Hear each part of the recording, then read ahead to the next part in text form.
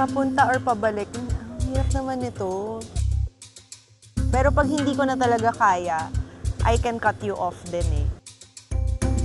Masyado mo akong ginutom. Akin na yung isang ano kanina. Babawiin ko na to ah.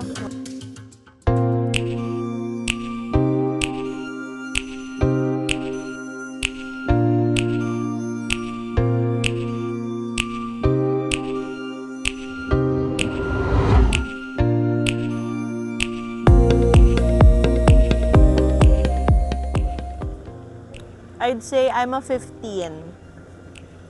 15 being the highest. Wow! Hindi. Feeling ko kaya ko talaga maging loyal. As in, bibigay ko talaga yung trust ko din, syempre. Tsaka yung buong love. As in, lahat ng kaya kong gawin for the person that I love. Go, I'll do it.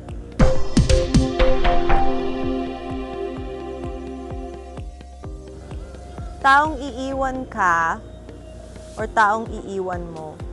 Parang taong iwan ka na lang. Iiwan ako, parang ganon. Tama, di ba? Taong iiwan na lang ako. Kasi, matiisin din kasi ako eh. Siyempre, parang, ewan ko, yun talaga yung lagi nangyayari. Parang, I would rather na yung isang tao na lang yung umalis kaysa yung paalisin ko. Pero pag hindi ko na talaga kaya, I can cut you off din eh. So, depende. Kung may ginawa ka sa akin, then iwan kita.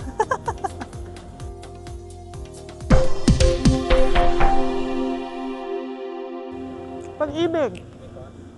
Kasi naniniwala ako na yung pera will just come to you. Parang hindi mo siya kailangan gawing priority. Mas maganda yung masaya ka, umiibig ka, and then the money will follow. Parang ganon, di ba? Mas maganda naman yung parang mas ginagawa mo siya na love mo kasi kesa yung parang hinahabol-habol mo lang dahil gusto mo ng pera.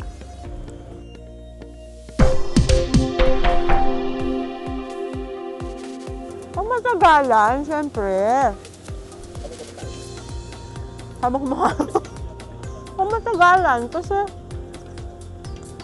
bakit ka pa mag-waste ng time, di ba? For someone na alam mo naman na aalis din or like iiwan ka din, 'di ba, in the future. So doon na tayo sa pangmatagalan. Let's not waste each other's time.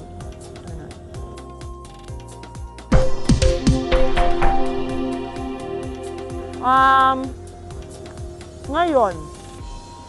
Definitely ngayon. Kasi yung kahapon hindi mo na mapapalitan 'yan. Nangyari na 'yon.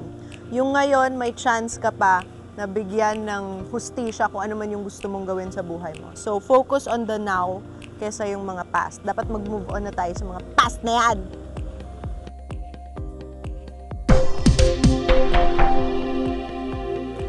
More kaibigan na madaming pera. More kaibigan kasi ako, I believe, sobrang yaman ko sa friends. As in, meron akong friend that I go to for love advice. May friend ako that I go to for workout advice. May friend ako na kinakausap ko pag malungkot ako. Yung alam mo yun, sobrang meron akong specific friend for each, not naman problem, but like each challenge that I have in my life. So, mayaman ako sa kaibigan.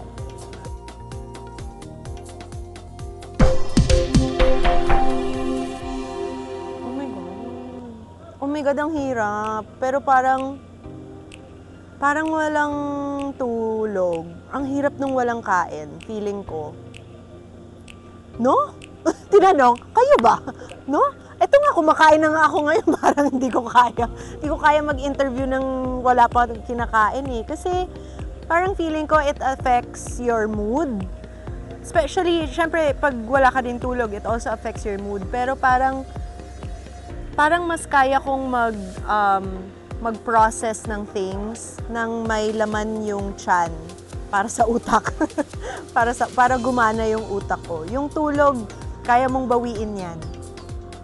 Tapos na ba? Masyado mo akong ginutom. Akin na yung isang ano kanina. Babawiin ko na to ah. Mamaya to, babaong ko to. Anyway, mga kapuso, sana nag-enjoy kayo at sana may natutunan kayo sa mga pinagsasagot ko dito sa mga questions. Always make sure na subaybayan nyo ang Love Diary Repeat sa GMA Telebabad. Mwah! Bye!